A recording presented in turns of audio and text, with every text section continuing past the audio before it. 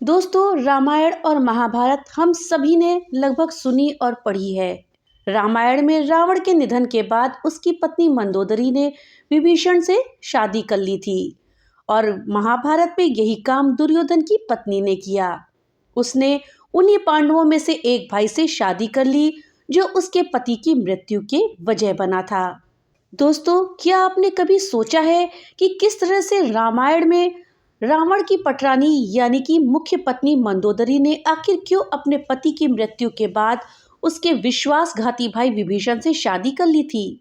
दोस्तों, ठीक ऐसा ही उदाहरण महाभारत में भी देखने को मिलता है, क्योंकि इसमें भी दुर्योधन की खूबसूरत और चतुर पत्नी भानुमति ने युद्ध में पति के मर जाने के बाद प्रबल शत्रु रहे पांडव भाइयों में से एक से शादी करके घर बसा लिया था और फिर जिंदगी भर वो आराम से रही। आखिर किस वजह से भानुमति ने ऐसा काम किया कि एक मुहावरा ही उसके नाम पर पड़ गया?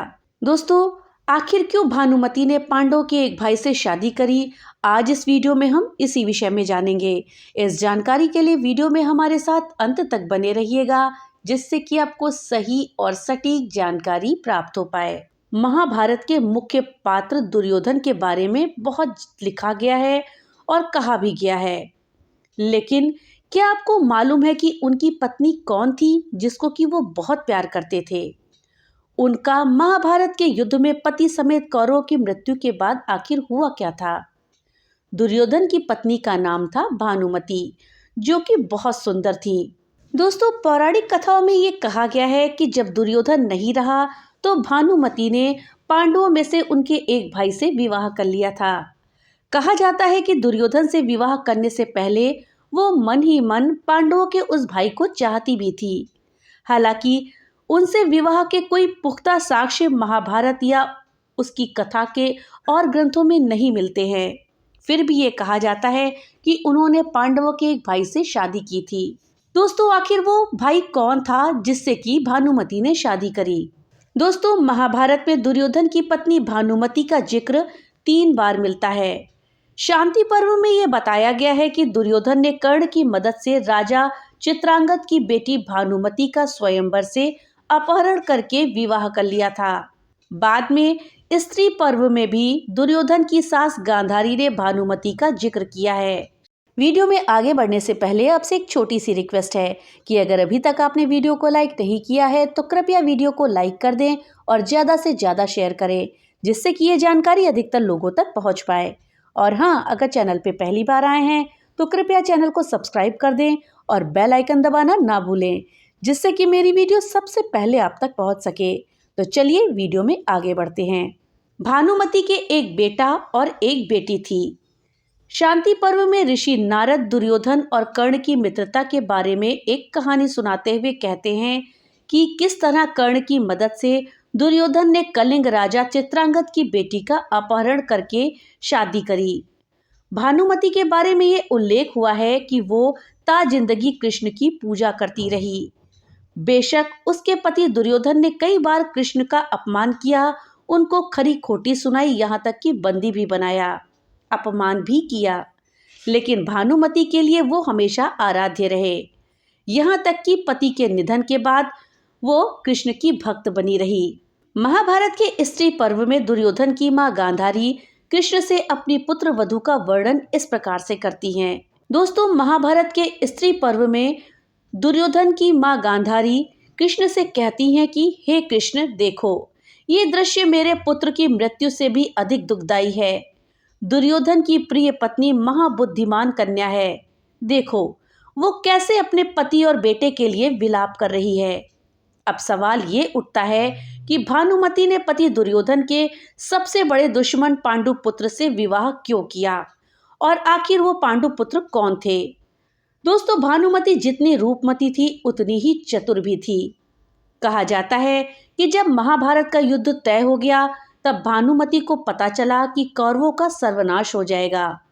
अपने कुनबे को बचाने के लिए उसने ही भगवान श्री कृष्ण के पुत्र साम को अपनी पुत्री लक्ष्मणा को भगा कर ले जाने की युक्ति भी सुझाई थी। एक अन्य कथा के अनुसार साम जब लक्ष्मणा का अपहरण कर कर फरार हो गया तो भानुमति ने दुर्योधन को अपने अपहरण की याद दिलाई और साम से लक्ष्मणा के विवाह में अहम भूमिका निभाई थी। भानुमति ने अपने कुनबे को बचाने के लिए हर वो कार्य किया, हर उस चीज को जोड़ा जिसका जुड़ना संभव ही नहीं था। इसीलिए कहा जाता है, कहीं का ईंट कहीं का रोड़ा, भानुमति ने कुनबा जोड़ा। ये कहावत भानुमति को लेकर ही बनी थी। दोस्तों, पुत्र की मृत्यु से भानुमति को गहरा झटका लगा था। महाभारत के युद्ध में अभिमन्यु के हाथों दुर्योधन के पुत्र की मृत्यु हुई थी। इसके बाद भी भानुमति को मालूम था कि खुद को सुरक्षित रखने के लिए उसे पांडु पुत्र से विवाह कर लेना चाहिए। भगवान कृष्ण ने इसमें खास भूमिका अदा करी और उन्होंने पांडु पुत्र और भानुमति का विवाह कराया। अब आप ये सोच रहे होंगे कि कौन से पांडु पुत्र से भानुमति का विवाह हुआ था। तो दोस्तों, जिन पांडु पुत्र से भानुमति ने विवाह किया था वो और कोई नहीं, स्वयं अर्जुन थे। जी हाँ दोस्तों, अर्जुन ने भानुमति से विवाह किया था। इसके पीछे एक और कहानी कही जाती है कि भानुमति शल्य की बेटी थी जो नकुल और सहदेव के चाचा थे। वो पहले अर्जुन से शादी करना चाहती थी। जब स्वयंवर हुआ तो अर्जुन उसमें आए ही नहीं। तब उसके पिता की इच्छा थी कि वो दुर्योधन से शादी कर ले, तो उसने अपने पिता की इच्छा के लिए वैसा ही किया। लेकिन पति के निधन के बाद अर्जुन की पत्नी बनना स्वीकार किया और पसंद किया। इसकी वजह यह भी थी कि अब कोई लड़ाई नहीं हो और कुनबे में शांति बनी रहे। महाभारत के युद्ध के बाद उत्तर कथा ज्यादा नहीं मिलती है, लिहाजा किसी बड़े ग्रंथ में अर्जुन और भानुमति के विवाह का कोई जानकारी नहीं है। लेकिन ये बात एकदम तय है कि महाभारत के युद्ध में भीम के हाथों दुर्योधन की मृत्यु के बाद पांडवों ने भानुमति का सम्मान किया। वो अपने भविष्य को लेकर अनिश्चित थी। उसने कौरव और पांडव परिवारों को एकजुट करने की कोशिश करी। दोस्तों, कुछ जानकारियां यहाँ तक भी कहती हैं कि वो पति के निधन के बाद विधवा रही। कथाएं ये भी कहती हैं कि भानुमति ने अपने ससुराल में रहकर धृतराष्ट्र की सेवा करी, धृतराष्ट्र के साथ गंगा नदी के किनारे रहकर तपस्या करी और बाद में भानुमति ने गंगा में समाधि ले ली। एक तमिल लोक कथा है जिसमें बताया गया है कि दुर्योधन के कहने पर कर्ण अक्सर भानुमति के देखभाल के लिए उसके पास आ जाता था। कर्ण और भानुमति ने पासा खेलना शुरू करा। धीरे धीरे कर्ण जीतने लगा। इसी बीच दुर्योधन लौटा, कमरे में प्रवेश किया। पति को अंदर आते देख भानुमति सम्मान से खड़ी हो गई। कर्ण को पता नहीं लगा और उसको लगा कि भानुमति इसलिए उठ गई है क्योंकि वो हारना नहीं चाहती। कर्ण ने भानुमति की शॉल पकड़ करके खींचा तो शॉल के मोती बिखर गए।